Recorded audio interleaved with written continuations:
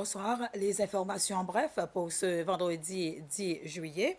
La Cour constitutionnelle a entendu les arguments préliminaires dans une affaire intentée par l'ancien ministre Errol Fonseca contestant la légalité des commissions et des conseils d'enquête nommés par le président Hermini. L'avocat du président Basil Waro a fait valoir que M. Fonseca n'avait pas démontré en quoi il était personnellement concerné ni pourquoi les commissions étaient inconstitutionnelles.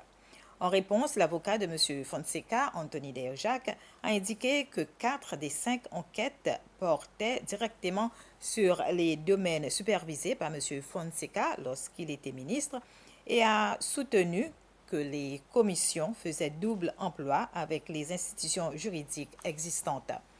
La Cour statuera d'abord sur les exceptions préliminaires avant de déterminer si le recours constitutionnel est recevable. Le président Patrick Amini a nommé le comité de sélection chargé de proposer les candidats au conseil d'administration de la SBC. Le comité de sélection est composé de 3 membres, Marie-Claire Marie, qui assurera la présidence, ainsi que Doris Moustache et Larry Chetty. Le mandat du comité de sélection prendra effet le lundi 13 juillet.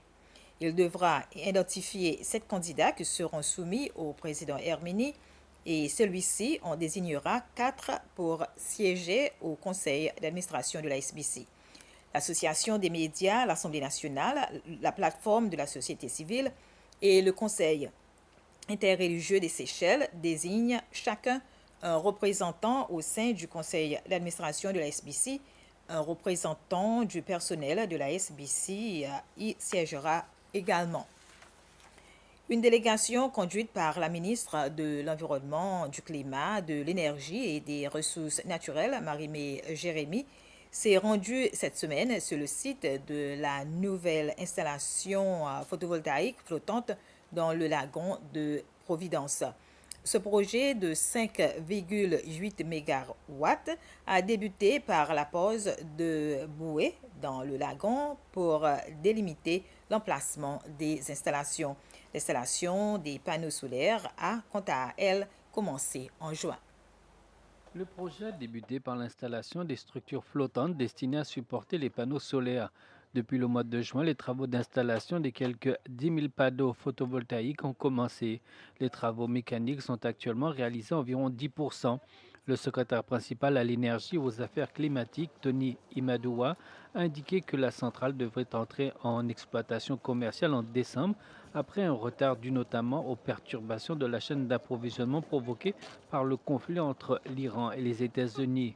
D'un coût de 5,7 millions de dollars américains, le projet est développé par Care Seychelles, filiale du groupe français Care, tandis que Taylor Smith en assure la réalisation. Une fois opérationnelle, la centrale produira de l'électricité à partir de l'énergie solaire tout en préservant l'écosystème du lagon de Providence. Le site sera une zone réglementée et ne sera pas accessible au public. La commission de l'Assemblée nationale sur les assurances a exprimé son mécontentement quant à l'avancement des travaux de rénovation de l'école secondaire de Pointe-la-Rue. Le nouveau président de la commission, Philippe Monti, a fait cette déclaration ce matin suivant une visite de la commission à cet établissement scolaire ainsi qu'à l'école maternelle de Pointe-la-Rue. L'achèvement de ce projet, lancé en février dernier, était prévu pour le mois de mai, mais jusqu'à l'heure, les travaux de rénovation sont minimes.